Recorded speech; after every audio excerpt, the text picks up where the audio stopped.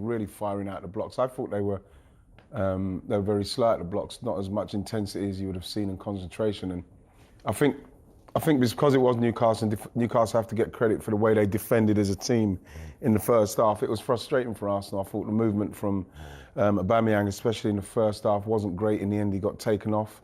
And we saw in the end it was Saka who had a 10-minute spell in the second half, what really sorted this game out. But in the main, it came down to Newcastle's frailties and the fact that Arsenal just a better team in the moment and just took advantage of that. The reaction to come from Arsenal's 2-0 victory over Newcastle at the Emirates. But at the half-time, you heard Alan's opinion on that first half penalty that wasn't given in Newcastle's favour. Given the way the game went, given the importance of the first goal, which you talked about, Alan, as well, how big a call, how big a decision do you think this could have been? Well, it should have been. I listened to what Dermot said at half-time to us. I mean, I think that's a howler. I really think that is a howler. I understand the referee not seeing it, but the VAR referee should be given that. He's got hold of him, two hands around him, not even looking at the ball, then drags him down. Tell me, I just don't see any other option than giving a penalty there. You see the problem Newcastle have with that, with the way that they played in the first half and how difficult it was, and how Arsenal were misfiring. We saw Saka come into his own there. You need that decision, because that decision then gives you the energy and the confidence to try and hold on more, and then see if Arsenal, if they come out, take more chances, you might be able to get something. People don't realise how important those decisions are, because you look at it, and the more you look at it, the more you can't see how they've not given a penalty. And as you say, Arsenal did come to the fore after that, and Saka finished off a 16-pass move. Yeah, well, this is what happens when Arsenal, they started to, you have to say that Newcastle were tiring a bit. I know it's the first not too long in the second half, but Arsenal were very much in control of the way they were. Al, you wanted to point out Lascelles. Yeah, look at Lascelles in the middle. He's got to smell the danger. He's got to realise that Saka now is a problem. He's got to engage. He's got to come over a second earlier and do that, rather than standing there doing nothing with his hand in the air. I mean, it's terrible defending.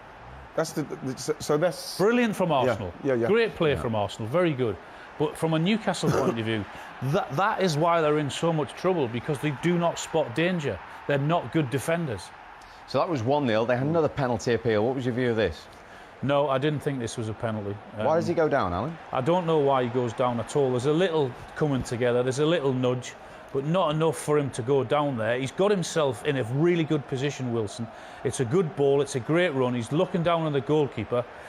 I don't think that's enough for him to go down. I think the defender does what he has to do in terms of engage and make contact, but not a penalty for me, not enough, no. Martinelli, on 93 seconds, his second touch. Tell us how difficult a skill this is, right? Well, this is that's very difficult, it's coming over your right shoulder.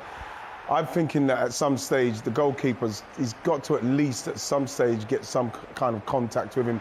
I'd be expecting something. The goalkeeper, for me, has made that a little bit easier for him. The goalkeeper's got to be there in his face, because at some stage he's got to take his eye off of where the goalie is to concentrate on the connection. The goalkeeper should be in his face, knowing that he's got to take his eye for that. And he weren't close enough. It's a great finish. It's a great ball from Tomiyasu. Yeah. But it's something, again, where you're feeling like we're nitpicking about it, but he's got to be closer. You've got to have some form of contact with the goalkeeper afterwards, because he's got to be closer to him. I didn't think Arsenal needed to hit top gear today. Certainly, first half they didn't. They were better in the second half. What they did better in the second half was move the ball that little bit quicker, had a little bit more movement in and around the 18-yard box, and when they did that, Newcastle couldn't live with them and cope with them. Eddie, that's a disappointing result. How do you view the performance? I thought it was good for the first probably 30-35 minutes. I thought we were solid. I thought we creaked a little bit before half-time. Arsenal got on top, and probably the same after half-time until the goal. And then obviously you've got, I haven't seen it again, but the penalty incident and the second goal.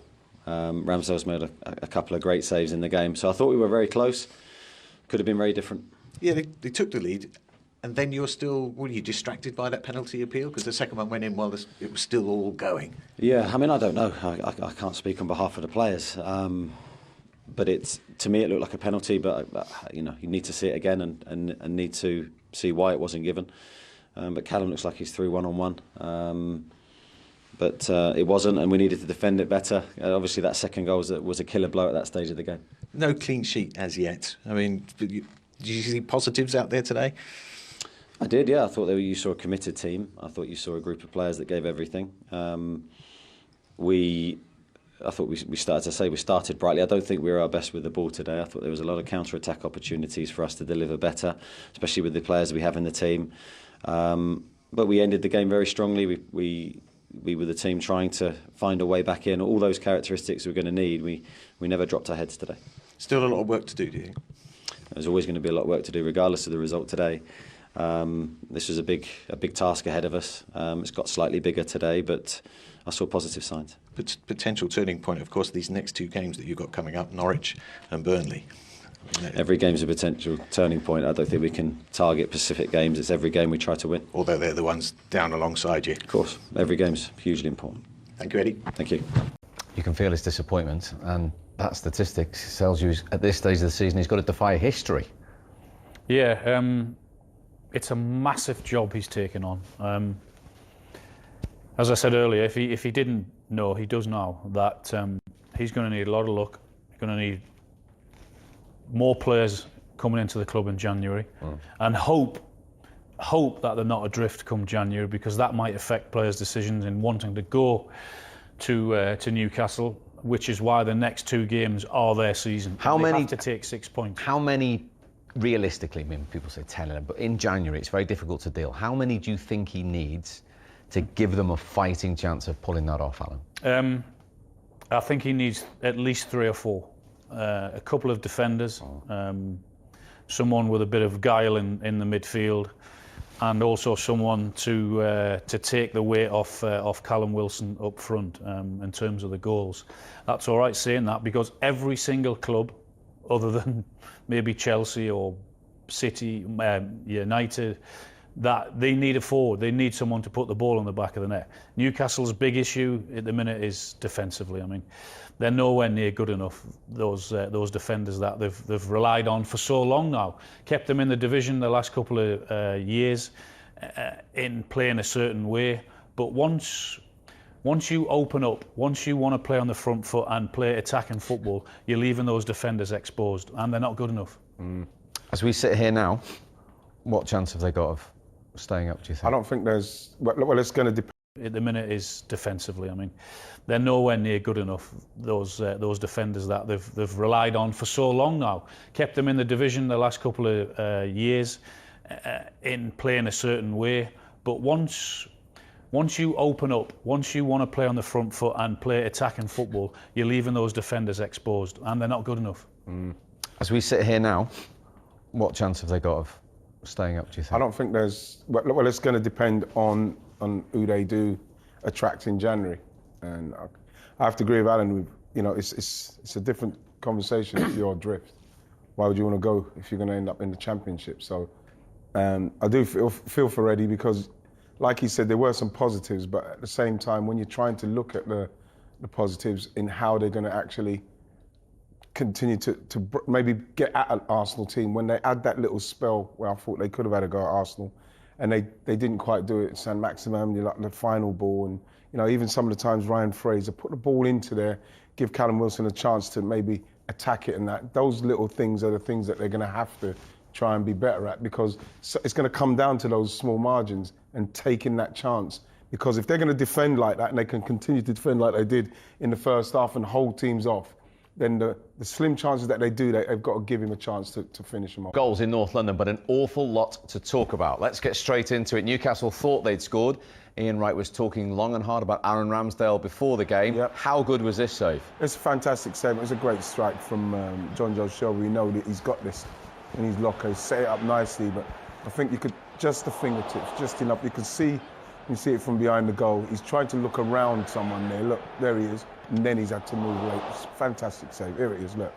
Magnificent save. Look, that's it. Brilliant.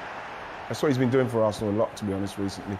Penalty appeals for Newcastle. This is the first one, Alan. What do you think? No, this is not a penalty. As much as I'd like to say it should be, no, definitely not. We can't do anything about it. He's on his way down. Not a penalty at all for me. Tommy Asu, the Arsenal player involved. So let's get some clarity on that first of all from the former Premier League referee Dermot Gallagher. What's the law there for us, Derm? Well, it struck him anyhow, Steve, that's one thing, but the law says, is he supporting his body with his arm? Yes, because he's fallen to the floor and his arm's in a natural position to support him. Anyhow, Steve, that's one thing, but the law says, is he supporting his body with his arm? Yes, because he's fallen to the floor and his arm's in a natural position to support his body, so can't give a penalty. OK, thank you for that. But do stay there, because there's no debate about that one. There might well be about the next one. Mr. Shearer, first of all, your view on this? I think this is a certain penalty. I mean, what on earth Darren England, the VAR official, is thinking and not telling Stuart Atwell to go and at least have a look at that. Look at him. Odegaard's got hold of him. He's pulled him to the ground. I mean, that for me is certain. Righty?